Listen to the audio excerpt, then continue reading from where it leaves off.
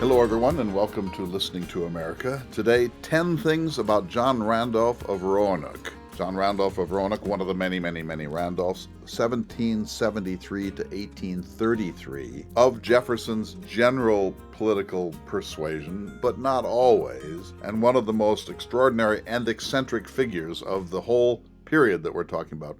Welcome, Lindsay Chervinsky. Well, thank you for having me back. This is certainly going to be a colorful episode because you are right. I'm not sure there is anyone more eccentric and unique in this period than John Randolph of Roanoke. It's hard to get our brains around this fellow. So 1773, that means he's fully 30 years younger than Jefferson. So he's really a second generation early national period person. He spends a lot of time in Congress, mostly in the House, but eventually in the Senate. He's an old school, small r Republican, maybe even we'd call him a radical Republican or a purist Republican. And that, of course, is going to put him on a collision course, particularly with Madison, but even with Thomas Jefferson. You know, you've been working on the world of Massachusetts, Quincy, Massachusetts, Braintree, John Adams, John Quincy Adams for a long time. What did he seem like to people like John Adams? What did someone like John Adams make of this really strange man who comes into the floor of Congress with his dogs, his hunting dogs, and his whip, and he overdresses, and he's always either threatening a duel or having one. He is a very unusual human being, and if he's unusual to the Jeffersonians, what must he have been to the Federalists? Well, first of all, I'm delighted that you mentioned that he came in with his hounds because I had a special note to mention that when he first entered Congress, when he was only 26, so he was kind of this prodigy child thing, he came in full riding gear with his riding whip, with his riding boots, and his hunting dogs, which if I could if I could get away with taking Quincy everywhere with me, I would. So I am sympathetic to this notion, but I'm sure he was particularly disruptive to Congress. You are a normal human being. You are not flamboyant. You are not a deliberate eccentric. I mean, okay, he brings in his dogs, and this is something that you might have seen in the British Parliament, squires coming in and so on. It's not as unusual as it might sound to us, although it does seem a little indecorous. But well, Congress was certainly much more, I think we would say perhaps, although recently they've been giving things a run for their money, but it was very rambunctious at the time. Like people were often not paying attention. They were, the floor was covered with straw because they would just spit their tobacco out wherever and they didn't even really think about making it into buckets. So the level of decorum was not what we would sort of expect, although again, today they're bringing back the violence in a way that's a little bit uncomfortable. But so anyway, yes, to answer your question, he was a very flamboyant figure, and he would have struck, and he did struck the Adamses as pretty nuts. Now because they enjoyed wit and they were very attentive to intellectual prowess, they did acknowledge that he sometimes could give as good as he got. He had a very sharp tongue. He was extremely quick on his feet, and there were times that both John Adams and John Quincy Adams both felt the lash of his tongue, but also remarked on it in their writings that it was, he really was quite notorious for being able to sling a good barb. I'm talking to Dr. Lindsay Chervinsky, 10 things about John Randolph of Roanoke. We keep saying John Randolph of Roanoke because there's a Randolph in every direction. He was part of one of the most prominent families in Virginia. Exactly. He picked up that name. He started calling himself that because he recognized that you could not throw a stone without hitting a Randolph in Virginia. Of course, Thomas Jefferson is connected to the Randolphs. His father, Peter Jefferson, who was sort of the overseer class, maybe just a little above that, marries Jane Randolph from one of the 2 or 3 most prominent families in Virginia. And so Jefferson is connected in all sorts of ways. Then his eldest daughter, Martha, marries Thomas Mann Randolph, yet another Randolph. And so Jefferson is sort of an aristocrat as Democrat in a certain way, uncomfortable with the Tidewater aristocracy, but boy, was he connected to it. Yeah, one of the subjects on our list that you had written down was this Virginia aristocracy. And it was said at the time that the only one good enough for a Randolph was a Randolph. And so they had a tendency to intermarry in a big way, which makes family trees really fun to try and manage, especially because they often recycled names. We should also mention that in this, John Marshall was related by marriage to all of these families, the Washington, I mean, like they were all connected in some way. Let's start this way. he was brilliant. He went to Columbia and Princeton and William and Mary. He never studied very hard, but he seems to have absorbed a good deal of Enlightenment literature. He was famous for his invective and sarcasm and wit and really deep aggression when he was in a floor debate with somebody, and not afraid to do serious character assassination that in some quarters could lead to a duel. And did. I think Jefferson, you tell me what if this is right or wrong. I think Jefferson was amused, bemused, and a little afraid of Randolph. Yeah, I think that's right. And I think he also recognized the value of Randolph when it suited him. So initially, when Jefferson was first elected president, they worked pretty closely. And Randolph was almost like a prime minister figure on behalf of the administration. They were on the same page about a lot of things, and Randolph didn't do Jefferson's bidding, because I don't think he did anyone's bidding, but he certainly adopted a lot of measures and spoke in such a way that Jefferson was very approving of, and they did work relatively closely. But as you said, Jefferson, I think, was fearful of that turning at some point, and in fact it did, and their relationship did sour pretty significantly. And so I think Jefferson understood that he was a weapon, but that the weapon could go in a lot of different directions. And he was an erratic and unreliable weapon, and we'll come to it when he appears to have bungled the Samuel Chase impeachment trial in the United States Senate. But let's start with slavery. Let's get slavery on and off the table here. I'm perplexed. He often said that slavery was wrong. In his will, he attempted to manumit a number of his slaves and also provide living expenses and monies to purchase lands in the Ohio country. And yet he owned hundreds of slaves. At times, he became an advocate and a protector of slavery, particularly during the Missouri Compromise. How do you sort this out with Randolph? Yeah, he's a very complicated figure on this particular subject, because he's not always consistent, and sometimes is admirable and sometimes feels pretty gross. So, as you said, he owned hundreds of people. He mostly inherited them. Records suggest that once he owned the plantation, he didn't buy any more individuals, because he was sort of intellectually uncomfortable with the institution. There's also evidence to suggest that he taught the people that he owned reading and writing, and organized his plantation in a different way. He sort of organized people into different units and gave them a lot of authority and autonomy over the economic production on that particular plot of land, which is quite unusual for Virginia plantation slavery.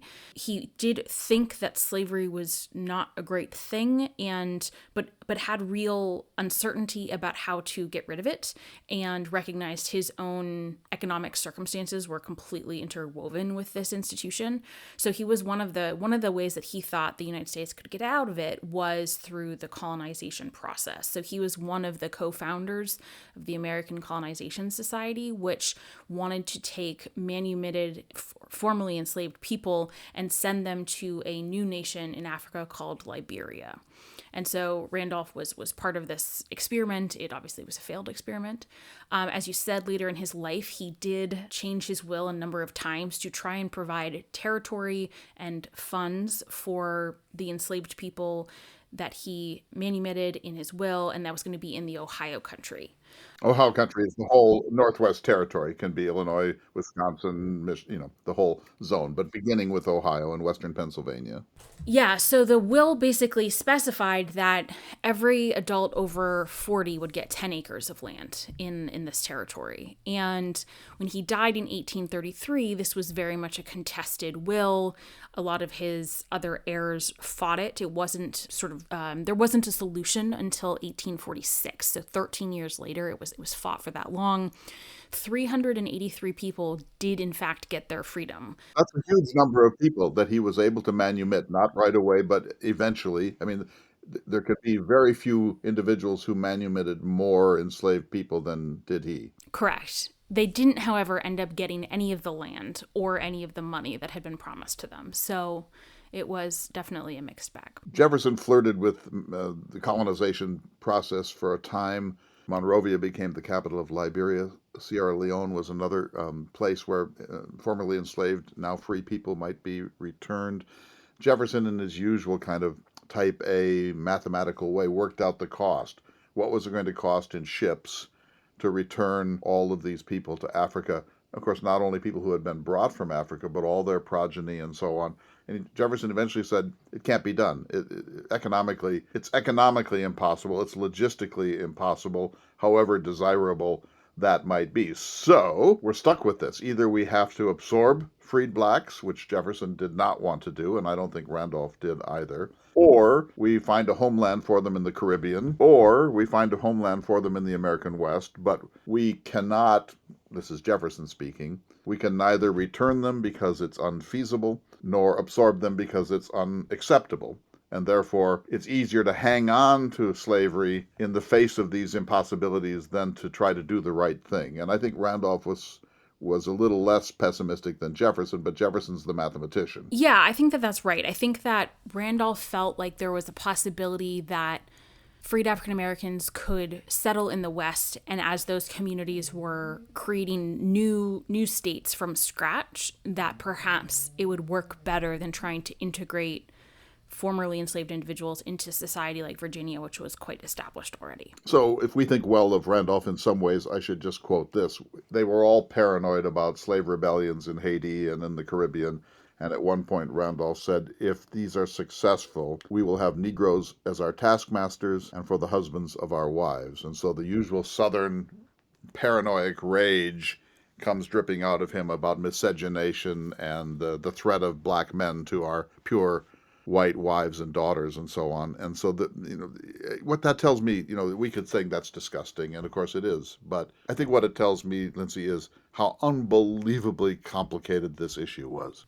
I think that that's right. And even people who, like you said, Randolph, does better in the end than most, is still what we would think of as morally quite indefensible. And so it's really important to always discuss this subject with nuance, because I don't think, broad strokes really work.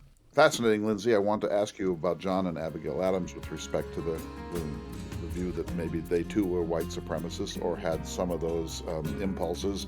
But we need to take a short break. When we come back, I'll be talking with Dr. Lindsay Chervinsky, 10 things about John Randolph of Roanoke.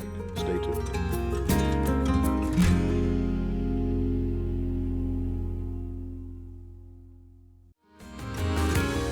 Welcome back, everyone, to this special edition of Listening to America. Dr. Lindsay Chervinsky, our favorite guest, 10 things about John Randolph of Roanoke. We were talking about, I hate to use the term white supremacist because it's such a loaded term, but the view that black people perhaps deserve freedom, perhaps deserve the rights of man, but were somehow significantly distinct from the white population that we should be really careful about intermingling, and frankly, some belief in white superiority. And I guess I wonder if you think John and Abigail Adams were susceptible to that too. So he and Abigail are they're really hard to get at this subject. I think that they definitely occasionally had racial sentiments that we would find uncomfortable, and yet they also had moments that were shockingly modern.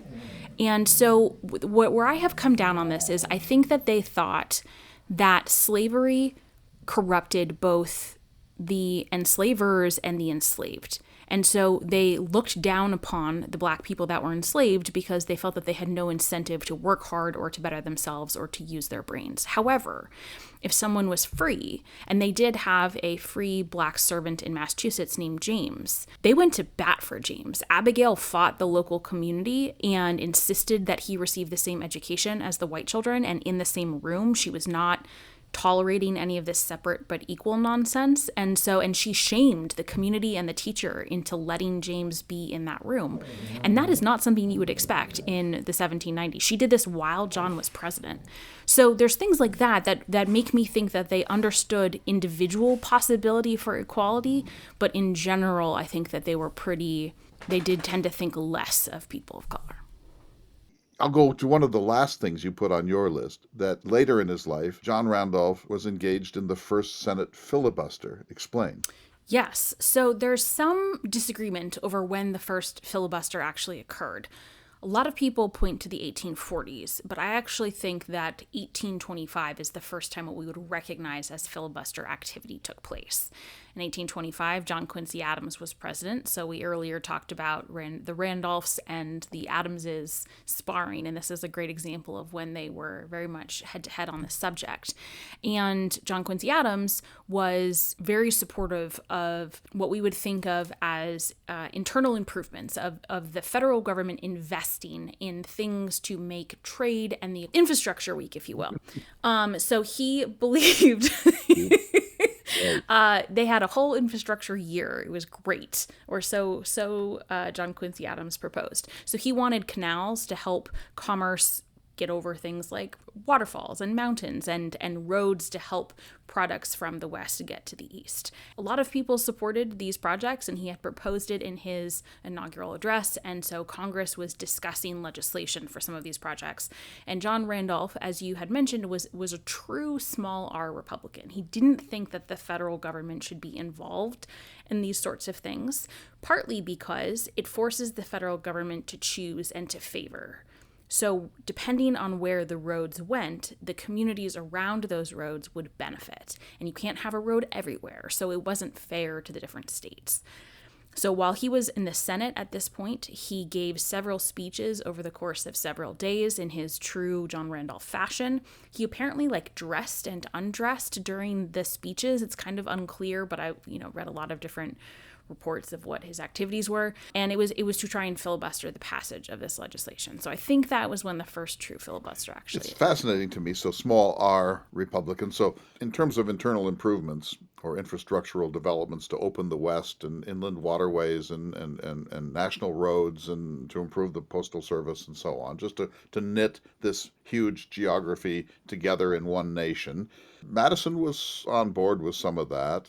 Monroe even more. John Quincy Adams more than either of them. Jefferson, not so much. Jefferson believed in internal improvements, but he wanted them to be handled by states or by cooperatives of some sort. And John Randolph is on the libertarian side of this, that big government should not be involved in this because the government, as you said, picks winners and losers, and that's not the role of government, and that the states are better prepared to do these sorts of things anyway because that's where our actual sovereignty is. And so when he saw Jefferson loosening some of his principles while Jefferson served as president, and blamed Madison for much of it, of course, and then saw Madison, who was much more of a nationalist than Jefferson ever was, and Monroe, who was Monroe had been a favorite of John Randolph's, but now Monroe became a very moderate president of the United States and moved more towards the Federalist idea of a stronger national government. When all that happened, Randolph was deeply disillusioned, and so his last stand was these speeches in the Senate, trying to persuade. He wasn't reading the phone book or anything. He was working very hard to try to talk this off the table, wasn't he? He was. An interesting little tidbit about Monroe and Randolph, as you said, Randolph really preferred Monroe and had actually really tried to get Monroe to run for president and challenge Madison. And it was Jefferson's doing to get Monroe basically to back down because he didn't want to have his two proteges or his This is 1808, and favorites. This is the kind of thing that makes you gag, Yes. I know, because we know how much you like to belittle Mr. Jefferson, but Madison is the heir apparent. Jefferson wants him. It's just clear to Jefferson that Madison is the next president. The radical Republicans sort of push Monroe forward. Monroe's sort of interested. Jefferson then... Because he was much more radical at that Jefferson point. sees this, and he writes one of his famous letters in which he says, it's just so sad for me to see the possibility of a conflict between two men who are so dear to me, when really we all believe in the same thing, and we should take our turns, and it would be... harmony matters so deeply to me. I would just hope that something like this will never happen. And Monroe backed down. It would, sometimes it would actually be useful to have someone like that today that could really call a shot. So I'm not necessarily criticizing. But you see how Jefferson does it. It's always indirect. It's always filled with harmony. It's all, yes. He's always about to get a migraine yes. because he sees conflict. But it works, and he's a master at this. It does. And to close the loop on the infrastructure or the internal improvements, much of what John Quincy Adams had envisioned didn't come to pass while he was president, but much of it did come to pass when Andrew Jackson became president, right after John Quincy Adams, even though Jackson had, of course, run against much of what JQA had stood for. But everyone sort of understood that there was actually a real benefit to having these internal improvements. And so much of John Quincy Adams' vision was reality just a few short years later. Let's move on to another issue in the Senate. The second issue is impeachments. John Pickering of New England was a drunkard and mentally ill, and the Jeffersonians, the Congress of the United States, impeached him, and the Senate evicted him. The family was actually relieved because his own family, Pickering's own family, realized what a wreck he was, and so there was. He probably had pretty severe, what we would call today, dementia. He was not with it, and he should not be confused for the Timothy Pickering of cabinet fame. So just so everyone is clear, Everyone gets it that this is a very imperfect tool, because impeachment's really about gross malfeasance and criminality and so on. Pickering was none of those. He was just a very sick and sad old man, but it worked. So then Jefferson thought, all right, we're going to get Samuel Chase, because Samuel Chase browbeats lawyers in the courtroom. He travels out of the case to give lectures and sermons on the evils of democracy. He misbehaved with some of the people who were being tried under the sedition law, and so there was a whole brief of reasons why Samuel Chase must go. And so Jefferson thinks, well, we got Pickering. There's a much better case to be made for Samuel Chase. This will really discipline and chasten the Supreme Court of the United States, so they'll keep within their lane hereafter. And for Jefferson, that was a very, very narrow lane. And so he then asked John Randolph of Roanoke to be the Senate prosecutorial leader. Pick it up from there. Yeah, so we should make very clear that a lot of Chase's behavior today would not be permitted under a lot of the judicial code of ethics and judicial behavior that has since been passed with statutes. What? We have a judicial code of ethics? Not for Supreme Court justices, but for I everyone was else. unaware of that, but go ahead. Yes, go ahead. Yeah, so there are a lot of things, there's a lot of like standard trial practice that is in statute today that would have limited the activities that Chase engaged in when he was sitting on these sedition cases. And so his behavior is just what we would think of as despicable. It's absolutely inappropriate. But there weren't those sorts of statutory regulations at the time. He was openly partisan. He campaigned for Adams. I mean, he was a very staunch Federalist. He wanted nothing to do with Jefferson. He loathed Jefferson.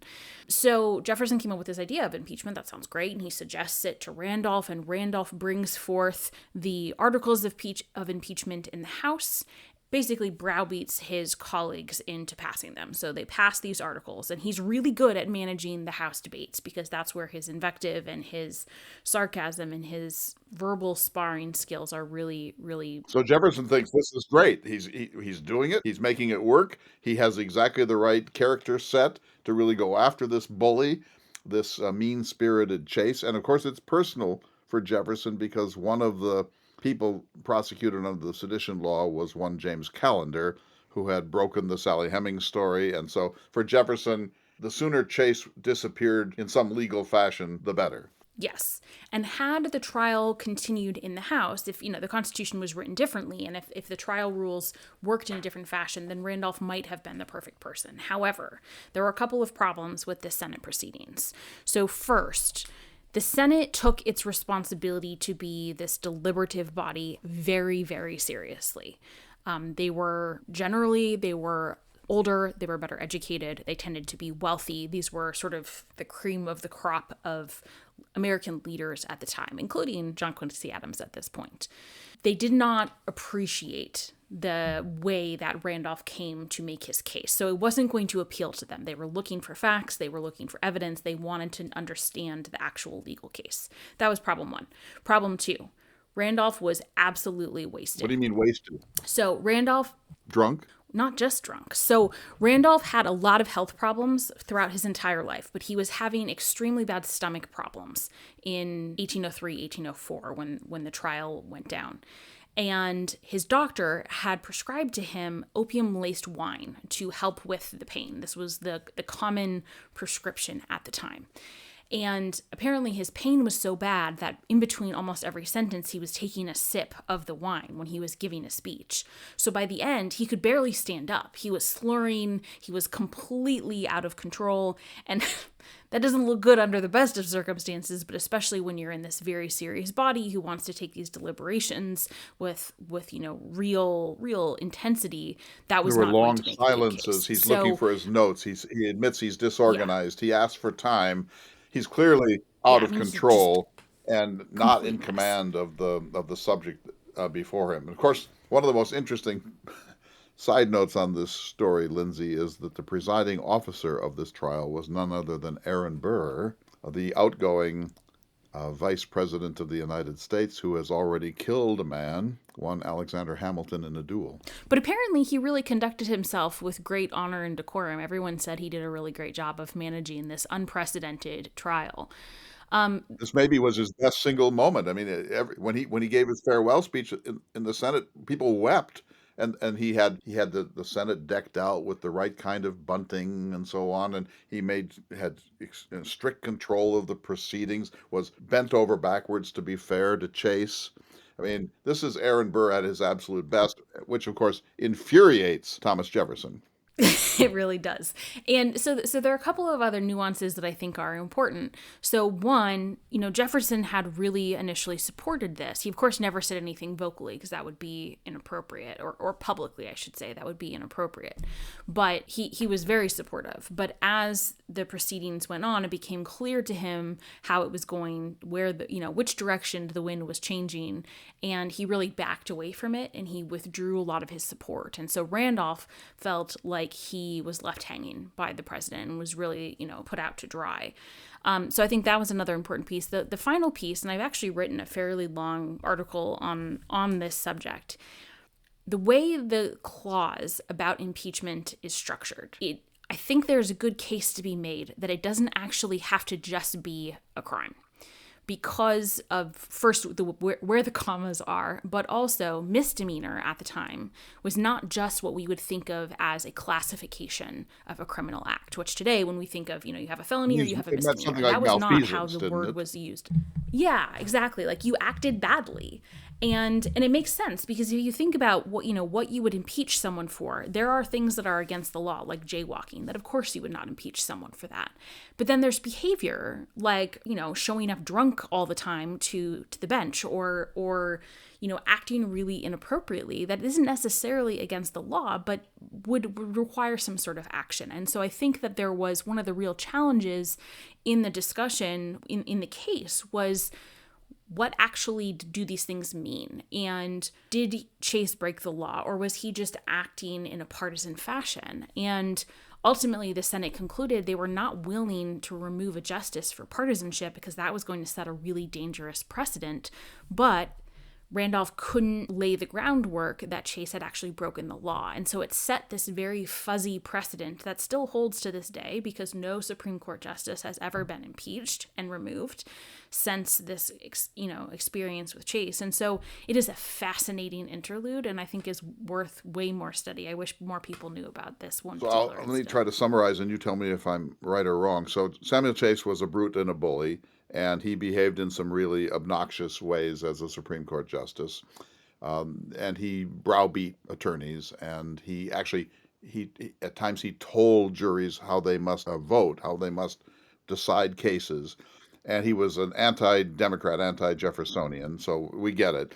But in my opinion, he probably did not deserve impeachment, conviction in the impeachment trial, and B, this might have saved separation of powers, because Jefferson might have gone further. He might have gone after John Marshall if he had been successful with Chase.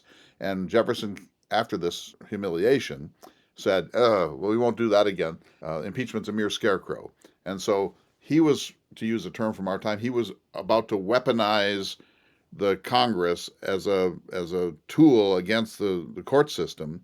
And because of the way the impeachment trial ended with acquittal, this essentially established once and for all that the courts should not be subject to political impeachment. Yes, I think that's right. I would add one other further lesson, which is that Chase afterwards did moderate his behavior. And Marshall was pretty careful, even if he disagreed with Jefferson and issued a decision, to try and be as nonpartisan as possible. And so I think the the judicial branch, also took a lesson from this moment, saying we also have to be careful to respect these boundaries. And so I think everyone was sort of chastened by the event and did really attempt to be on their best behavior afterwards. Yeah, the judiciary got the message, and so that it did have a chastening effect They did. on the judiciary, and so maybe that was good. That this, when the founding fathers built the Constitution, they were not particularly clear about how this was all going to mingle and work. They were all students of Montesquieu and assumed that separation of powers was the right doctrine and so on. But the exact powers of the Supreme Court were really unknown. And in fact, as you know, George Washington at one point tried to get the court to be an active group of advisors for his policies, especially foreign policy.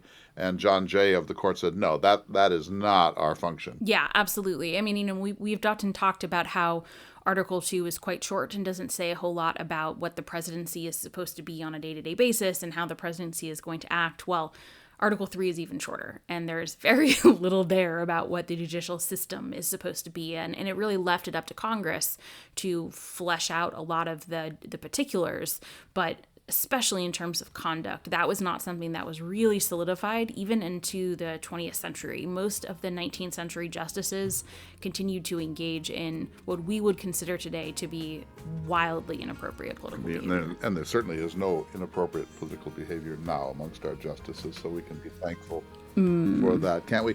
Lindsay, we need to take a short break. When we come back, I want to ask you about the craziest of all the stories. What happened in the sex scandal at Bizarre? You're listening to a special edition of Listening to America with Dr. Lindsay Chervinsky, 10 Things About John Randolph of Roanoke. We'll be back in just a moment.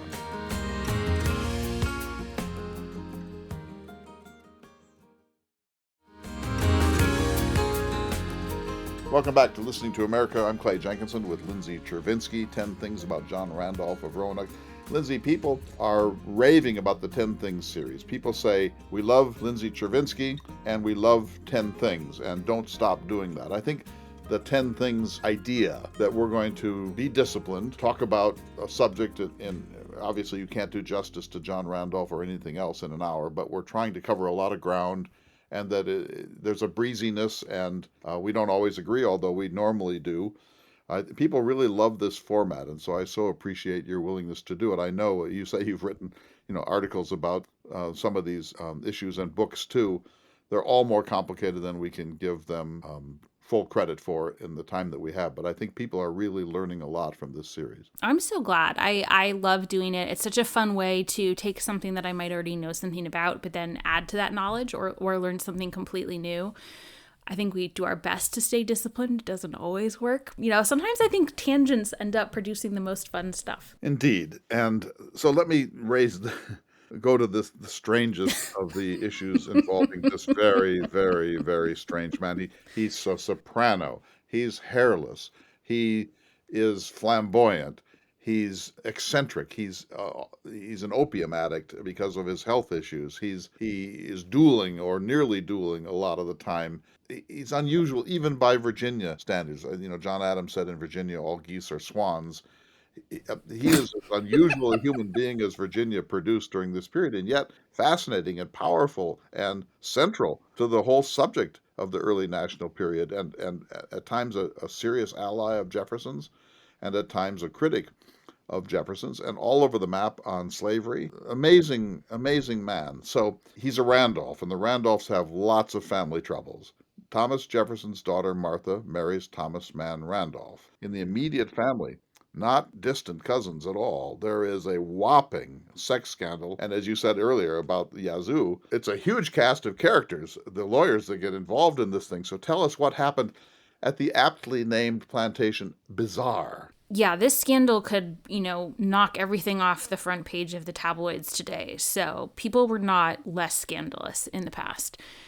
So the best we can tell, and the evidence and the records on this are really complicated because people are obviously acting in their family and their name's best interest. They're trying to protect their reputations. But from the best we can tell, John Randolph, he had two sisters. One was named Anne, or Nancy as she went by, and one was named Judith. Judith married one of, I think, Thomas Mann Randolph's brothers. He then went... Unlike, in a lot of families, the wife would go live with the husband's family. In this case, it seems like the husband went and lived with the wife's family.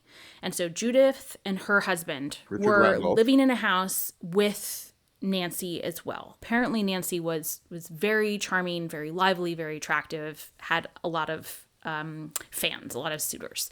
She went to live with the house. At some point, Nancy became pregnant. The speculation was, the rumor was that she was having an affair with her brother-in-law, her sister's husband, which... Almost certainly the father is Richard Randolph, her brother-in-law. Yes, which is a big biblical no-no. And in a society that takes that very seriously is quite scandalous. These things happen, of course. This is not that uncommon, but the way this story then unfolds becomes crazy. Very dramatic. So she is pregnant.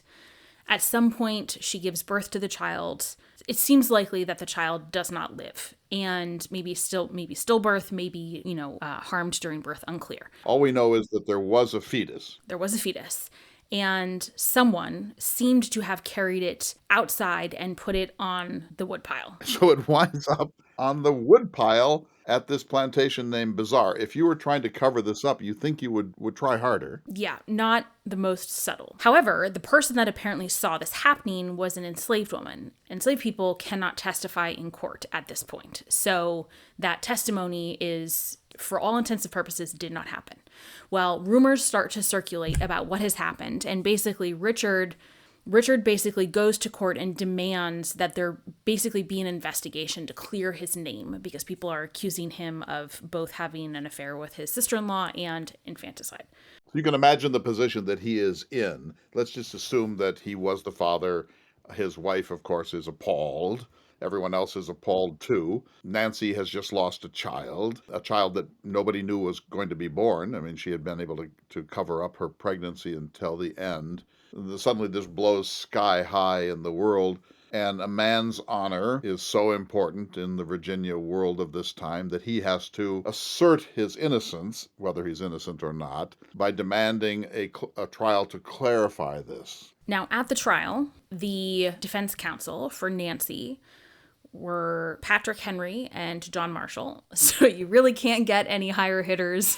The cream of the crop in Virginia. Two of the greatest Virginians are in a sex scandal trial. One of the witnesses was Martha Jefferson Randolph, Jefferson's daughter. Who's appalled. I mean, she's humiliated and appalled by just to be even associated with this world. Unbelievable. And so what she basically, at question with her testimony, was whether or not she had given or she had provided or encouraged Nancy to take a medicine for colic or, stomach upset that would have caused an abortion. And what she basically said was, I told her to take this for her colic, basically saying no wrongdoing. Any source that asserts that Martha knew exactly what happened is probably fiction. And anyway, the trial ended up concluding by basically saying not guilty. It was clear that Nancy had a relationship, but she would not say with whom, although it seems like it was certainly Richard. It wasn't required to say with whom. That wasn't the business of the trial. It's just, is Richard the father or not? And they were able to persuade the court that it was inconclusive. Yes, and it was inconclusive how the fetus got outside. We shouldn't laugh. It's a very sad story. It's just so ridiculous. Where is John Randolph in all of this? He wants nothing to do with it. He's so humiliated by his family. He's so furious with his family.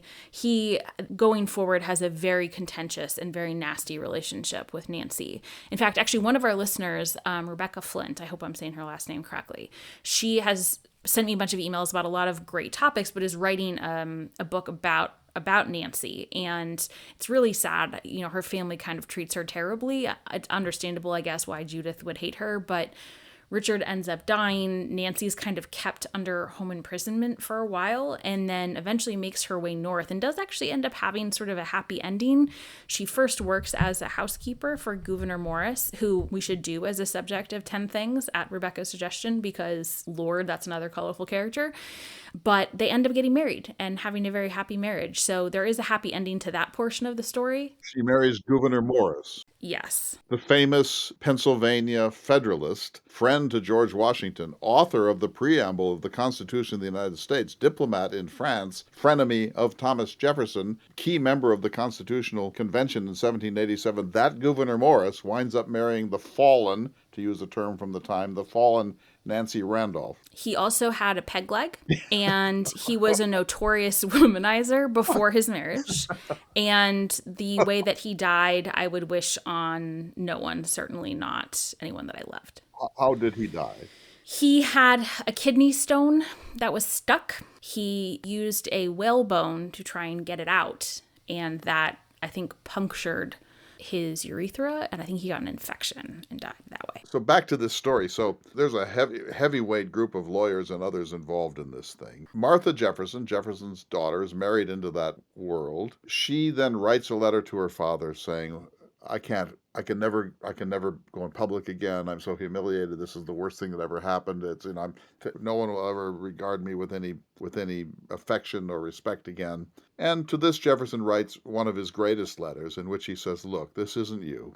You can't be guilty by associations. If we hold your head up, say as little as possible about this. Time's on our side. These things do happen. If we only chose friends for whom there are no problems or blemishes, we would be in a desert for our love. I mean, I think even you, Lindsay, will acknowledge that when Jefferson is at his best, he's amazing. And here he was giving exactly the best possible advice of a father in the midst of this scandal. Yeah, and so just for a little bit of context, women were not supposed to go into court at this point in time. So to be called as a witness was really not something that elite women were supposed to do. And I think that she wrote to him when she was thinking about whether or not she was going to testify. And what he basically said was, we can't protect ourselves at the cost of hurting those that we love. And so you should help her if you can, and you should not worry about the consequences. And it is a remarkably generous and supportive letter, which, as you know, I have issues with sometimes his manipulation of his children, but in this moment, he really does right by Martha, and it's remarkable. No, and he is so thoughtful and parental in the best possible sense here. And he says, basically, when people are down in the way that Nancy is down, that's when they need us most. That's when we must step up and be supportive, silently, but be supportive, because if you're only a friend to people when they're succeeding, you're no friend at all. That she needs you now, and so you must not break from her, however humiliated you feel in this incident. One of my favorite members of this era is William Plummer of New Hampshire, U.S. Senator. He came to Washington in 1803 as a U.S. Senator, fiercely disliked Jefferson, but Jefferson seduced him by bringing him to his dinner parties, and Plummer said, he has terrible politics and he's an unscrupulous demagogue, and I have no respect for him, but, pretty good wine. And then a little later he says he served 7 different types of wine at dinner. But by the time Jefferson retires in 1808, I'm not exaggerating, Plummer says, don't you think maybe a third term? And so he didn't like Jefferson's politics, but he liked Jefferson. It was hard to dislike Jefferson personally when Jefferson was at his best as a host and in hospitality and his graciousness and making everybody feel comfortable and making sure the politics at the table didn't get out of hand. I mean, Jefferson is a creature out of a Jane Austen novel for civility, at least in public. So Plummer wrote the best description we have of Randolph coming into the House of Representatives. Here it is. Mr. Randolph goes to the House booted and spurred, with his whip in hand, in imitation, it is said, of members of the British Parliament. He is a very slight man, but of the common stature. At a little distance he does not appear older than you are, but upon a nearer approach you perceive his wrinkles and gray hairs. He is, I believe, about 30. He's a descendant in the right line from the celebrated Indian woman Pocahontas. The Federalists ridicule and affect to despise him, but a despised foe often proves a dangerous enemy. His talents are certainly a dangerous enemy. His talents are certainly far above average in Congress. What about this whole Pocahontas trope? Thomas Mann Randolph claimed that he was a descendant of Pocahontas. It was somehow a cachet, a piece of prestige in Virginia to claim descent from Pocahontas. Well, I think it was a way of anchoring yourself to the earliest arrivals in Virginia, not unlike some of the genealogy stuff today. We've sort of mentioned it, but I think it's worth circling back to that. So some early reports suggested that he had had a lot of disease when he was younger that maybe had rendered him impotent and therefore unable to go through puberty. Scientists now today think that that's fairly unlikely. They actually think it was probably a genetic mutation, and so his voice was really high pitched. He never had any facial hair. He often received a lot of criticism, or quite harsh remarks, I think both from opponents but also apparently from some women in his family, that he was impotent. And so he had a very strange appearance. His skin seemed like it was almost too tight and his eyes kind of bugged out of his face. And he had very long fingers and limbs, but didn't really have any muscle mass because he had grown, but not ever really grown in stature. So he was apparently a very bizarre person to actually look at. So he must have been a person of extraordinary talent to overcome all those things and be a central figure of this congressional era. Yeah, he was. There's no doubt that he was unbelievably brilliant and very hardworking when he wanted to be. He could really overcome a lot of those things. There's a lot of evidence to suggest that he became very angry. He was very bitter. He could be very mean because of all of these things that he had to overcome. And he both desperately wanted affection, but really kept people and pushed people away. So I think he probably had a fairly sad life and is someone I think we should probably view with a little bit of sympathy. We have just a few minutes left. Let's talk about the War of 1812. So the War of 1812, often thought of as our second war of national independence. Jefferson sort of postpones it by adroit diplomacy during his second term, but his second term ends sort of grimly with U.S. sort of on the brink of a conflict with Great Britain again. Madison does everything he can to avoid it, but finally he gets Congress to declare war on Great Britain. It's a war that comes to a draw, but effectively we win by not losing. And after that, the relationship with Britain is never good until the 20th century, but it was never again an existential question for the United States. Why does John Randolph oppose this war? Well, first, that's a pretty generous assessment for Jefferson and Madison about trying to avoid war. I'm not sure some of their peers would have said as much, but to answer your question. So, Randolph... I thought it was eminently fair and respectful, but go ahead.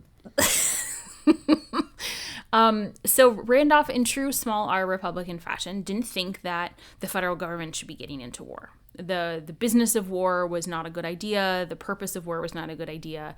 And he felt that it would go badly and would basically just serve as a way to beef up the federal government. And in fact, he said, when they were declaring it, he said, "Gentlemen, you have made war. You have finished the ruin of our country. And before you conquer Canada, your idol," parentheses, Napoleon, "will cease to distract the world and the capital will be a ruin."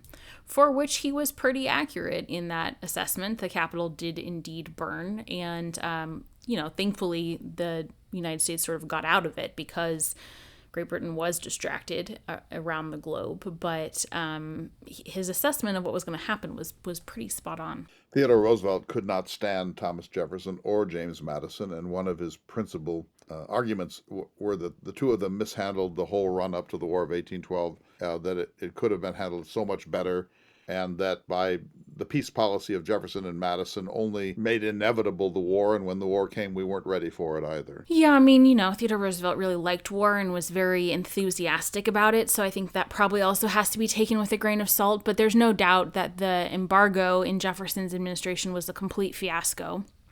It was seen as sort of, I think, a middle ground, but a lot of Americans didn't want anything to do with it because it was economically damaging. And the federal government was both too weak to fully enforce it, but too strong to not try. And I think Jefferson and Madison really overvalued their economic impact on Great Britain. So they thought that by imposing this embargo, it would do something. And it only really served to hurt the United States. And so I think did start them off at a conflict in a particularly poor position, especially because they hadn't been all that enthusiastic about keeping a strong army or navy to begin with. So they had really been hollowed out prior to the war. Fair enough. So I want to close with one of the stranger facts of John Randolph's life. He retired from the U.S. House of Representatives in 1828, and then when Andrew Jackson became president, he sent John Randolph as minister to Russia. That does not seem like a good choice to me. No, and many people at the time commented that it made zero sense because Randolph had no diplomatic experience and also the worst possible personality for diplomacy. And, I mean, an odd duck, to put it lightly. When I think of a great minister to Russia, I think of John Quincy Adams.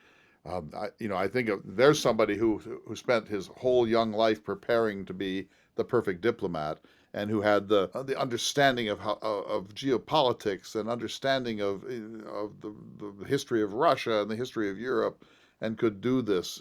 Diplomacy is really a very difficult art form. Randolph had no ability to be diplomatic with anyone. He didn't like people. He wasn't really particularly good at getting along with people. I don't know that he spoke a lot of languages. He hadn't studied diplomacy. So, I mean, just none of the things that you would want. I know this much, Lindsay. We're out of time. Thank you for this. I would give anything to be able to observe John Randolph holding forth on the floor of the House of Representatives of the United States. Yeah, it's really, there are a lot of rooms that I'd love to be a fly on the wall, and that would definitely be one that I wish that we had had film or C-SPAN to capture his speeches. They would have been something to behold. We'll see you all next week for another important edition of Listening to America.